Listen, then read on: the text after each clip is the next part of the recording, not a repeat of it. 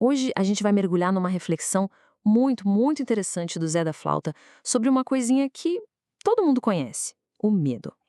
Bora entender como essa tal cultura do medo é construída na gente, sabe? E o mais curioso é que, muitas vezes, ela começa do jeito mais inocente que se pode imaginar. Boy, boy, boy, boy da cara preta. Essa melodia, né, pra muita gente é até uma lembrança doce da infância. Mas vamos combinar, se a gente parar pra ouvir a letra com atenção, é uma introdução bem sinistra pra hora de dormir, não é mesmo? E é exatamente por aí que começa a nossa conversa de hoje. Então fica a pergunta, né? Como é que pode uma canção de niná, uma coisa que era pra acalmar, acabar se tornando a nossa primeiríssima lição sobre o medo? Como que ela planta ali a sementinha da ansiedade? É isso que a gente vai investigar agora, seguindo a linha de pensamento do autor. Pois é, e tudo começa no que o autor chama, de um jeito bem forte, de um berço de medo. A ideia aqui é poderosa mesmo. O medo não é uma coisa que simplesmente aparece, que a gente sente do nada. Não, ele é ensinado.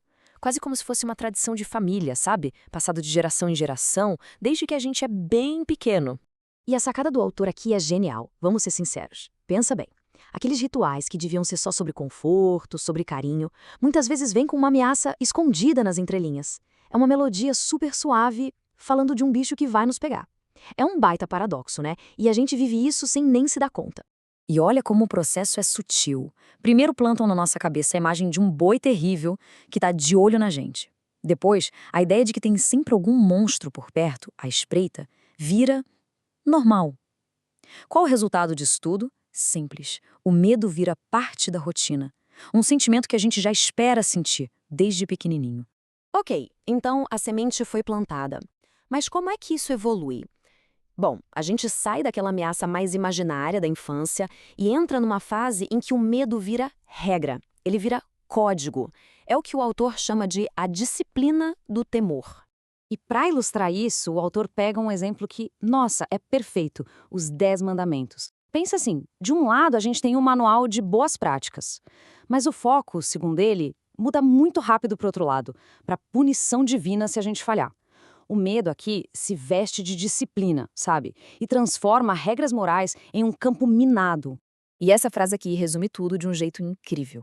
E o medo, de novo, está ali, firme e forte como aquele amigo inconveniente que nunca larga do nosso pé. É isso. O medo evolui. Ele vira esse companheiro constante que ninguém convidou. Ele já não é mais só um monstro no escuro. Agora ele é uma sombra que anda com a gente o dia todo. Mas não para por aí.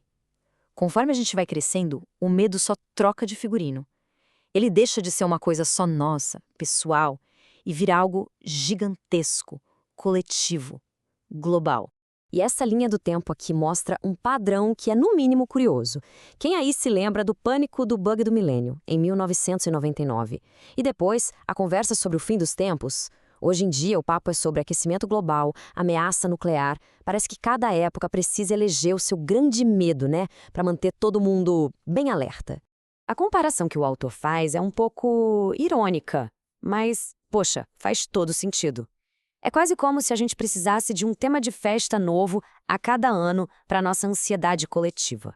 E aí, a cada novo alarme, a cada nova manchete, o ciclo continua, sem parar. Então, o ponto é este: o medo parece inevitável.